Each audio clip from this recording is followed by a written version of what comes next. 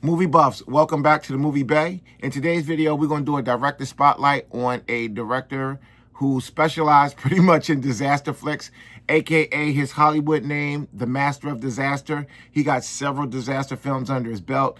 For the most part, they're pretty good films. So without further ado, let's dive in and take a look at some films from Roland Emmerich. Starting with The Day After Tomorrow. The Day After Tomorrow is a pretty decent disaster flick. It's a unique disaster flick because this one is basically about pretty much, and it looked like it was just the United States that was iced over. I got to go back and watch this one again. But I know at the end of the movie, a lot of Americans was fleeing to Mexico where it wasn't iced over in Mexico. So I think this was more isolated to the United States or just that region, that particular region of the globe. But it was a good film. I liked it. It was something definitely different. That was pretty much the only disaster flick where I can think of where things was just, where ice was the cause of the disaster. Next up, we got one that my family loved this one. My wife and my kids loved this one. When this movie first came out, my kids loved this movie. We have 2012. Now, this isn't one of my favorite disaster films by far. This wouldn't even make one of my list of top 10 disaster films. It is a disaster film, but I really didn't care too much for this one. Even though it stars John Cusack, and I'm a huge John Cusack fan, this one really didn't hit for me. But again, my wife and my kids, they loved this movie, especially when this movie first came out. They loved this movie. Next up, we got probably out of all of these films, I'm just going to take a quick dig through here. This is by far the biggest film on this list, and this is Independence Day. We all know the story about this movie and what it did for Will Smith's career. This catapulted Will Smith to superstardom and gave him his nickname, Mr. Summer Blockbuster Man. No doubt, Independence Day, a very, very important film and a very, very good film. I think that's the best on this list. Followed up by Independence Day Resurgence.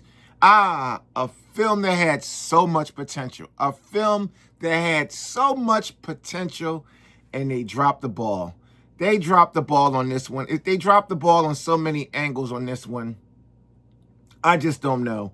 I don't even know, to be honest with you. I'm not even sure if Independence Day even needed a follow-up. But if it did, it wasn't this, to be honest with you. If it had some potential. It really did. If they would have just, I don't know, rewrote the whole damn thing from the ground up, there is a potential for Independence Day 2. It just wasn't this one. It just wasn't. And then it had a very open end to this one, maybe making it seem like there's the possibility of another one. But this one, it just didn't hit for me. Again, I was excited. When they said Independence Day 2, I was excited, even though in hindsight, Independence Day is not a film that I think really needed a follow-up. But again, if it did need a follow-up, not this one. Sorry, Roland, that one didn't hit for me. Then we have, I want to say this one, I forget the year on this one. I want to say this one is 2009 or 2014. I got a lot of Godzilla films, so I get lost on the years on these. But we have Godzilla. And this is the one that I thought this was an all right Godzilla movie. It's not the best. I thought it was all right. I don't think really none of the Godzilla movies are bad. But a lot of people gave him hell for the look of the Godzilla in this one. It really wasn't. It broke away from the normal look of Godzilla and went a totally different direction. So I thought it was an okay Godzilla movie. There was a lot of marketing around this one, a lot of hype. You know, it did pretty good in the box office. It wasn't a flop, but next up is one that, again, this one had the potential to be really good, but it was just, we got Midway. Great cast, great story. I mean, the story's been told many, many times over again in movies, but this one didn't really hit for me, to be honest with you. It was all right. And this one right here, ooh-wee. This is a banger. Mel Gibson and The Patriot. I love this movie. This is a really, really good movie. This is probably, in my opinion, second best movie in this stack. Independence Day to me even though they're very different, but I'm just saying, as far as what I like, this is probably number 2 in the whole stack here. Anonymous. This is another good movie. Again, Roland don't have a lot of bombs, and from what I saw here, the only one that's a bomb so far is Independence Day Resurgence. Universal Soldier. This movie was made on a budget of 2 bags of peanuts and a tin can, and it beat out The Shawshank Redemption in the box office. And we all know the story. This movie was good when it came out. Looking back at it, going to watch it now, it's still a good action movie from the 90s. You know, they all follow pretty much the same formula. So this isn't no better or really no worse than really good action movies of the time. It just had a great cast in it. Jean-Claude Van Damme, Dolph Lundgren in an action movie. Yeah, it beat out Shawshank, but this movie can't wipe Shawshank's ass. And I said that 1,000,001 times. This is following the hype of Olympus Has Fallen and all of that. Attacks on the White House and all of that. But again, Channing Tatum and Jamie Foxx, this one didn't hit for me.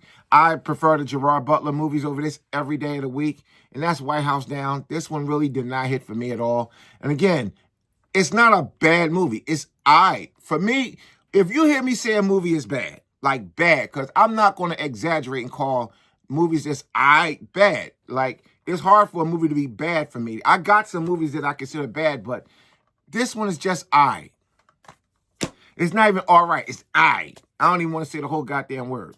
But it's And this one right here, a lot of people like this movie.